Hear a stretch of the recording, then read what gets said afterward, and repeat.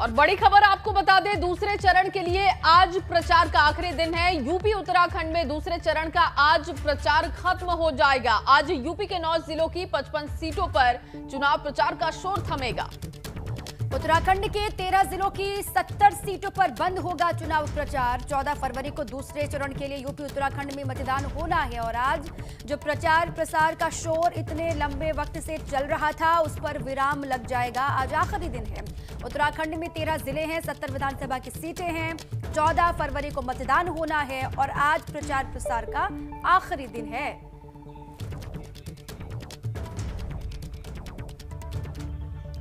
आज दूसरे चरण के लिए प्रचार का आखिरी दिन है, इसलिए आज हर सियासी दल और नेता प्रचार के आखिरी दिन उन 9 जिलों की 55 सीटों पर प्रचार के लिए अपनी ताकत झोंकेंगे, जिन पर 14 फरवरी को सेकेंड फेज में मतदान होना है।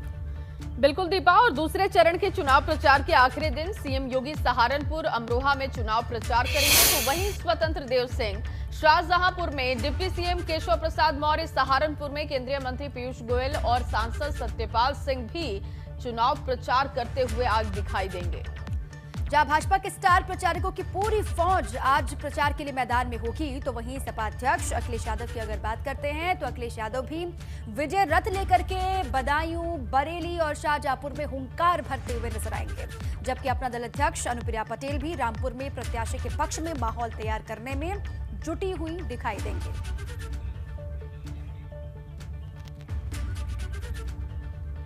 और वहीं दूसरे चरण के प्रचार के आखिरी दिन मैदान में मुख्यमंत्री योगी आदित्यनाथ होंगे। आज सहारनपुर और अमरोहा में चुनाव प्रचार करेंगे सीएम योगी आदित्यनाथ। ये बड़ी जानकारी आपको दे रहे हैं। सहारनपुर की बेहट और देवबंद सीट से वो हुंकार भरेंगे। अमरोहा की हसनपुर विधानसभा में भी वोट की अपील करेंगे। जहां आज सीएम योगी सहारनपुर और अमरोहा में प्रचार करने उतरेंगे, तो वहीं कल शुक्रवार को सीएम ने बरेली में रोड शो किया था और इस दौरान उमड़े भारी जन सैलाब से सीएम योगी गदगद दिखाई दिए। एबीपी गंगा से खास बातचीत में कहा कि जनता उन सभी लोगों को जवाब देना चाहती है जो अलगाववाद और दंगा फसाद की बात करते हैं। इस दौरान सीएम ने हिजाब मुद्दे पर भी बयान दिया।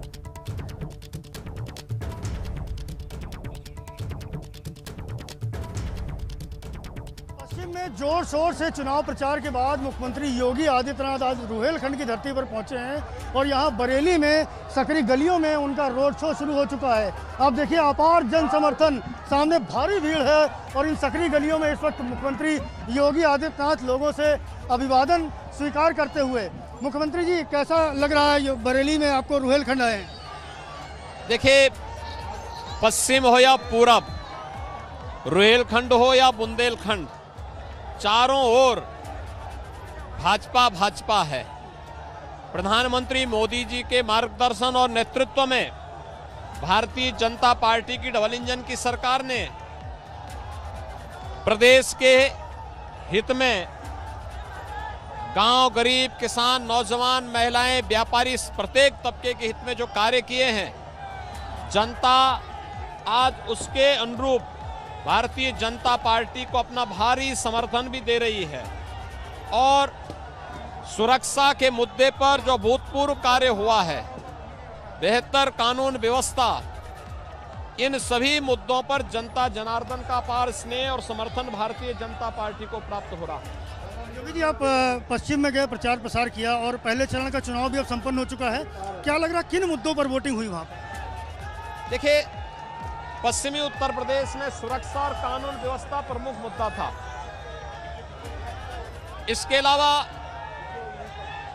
अन्नदाता किसानों को मिला सम्मान, गरीब कल्याणकारी योजनाएं, बेहतर कोविड प्रबंधन, ये सभी मुद्दे थे और उस पर व्यापक समर्थन जनता जनार्दन का जो है, जनता जनार्दन को ये सब सुविधाएं मिली हैं, उनको सुरक्षा का एहसास हुआ है और वे लोग सभी इससे अभिभूत थे। उन्होंने भारतीय जनता पार्टी को जातीय सीमाओं से ऊपर उठ करके वोट दिया है। जो लोग राष्ट्रवाद की बजाय जातिवाद को प्राथमिकता देना चाहते थे, जो लोग विकास की बजाय, सुशासन की बजाय भ्रष्टाचार और दंगों को प्राथमिकता देना चाहते थे, कल जनता जनार्दन ने उन्हें पूरी तरह खारिज किया है।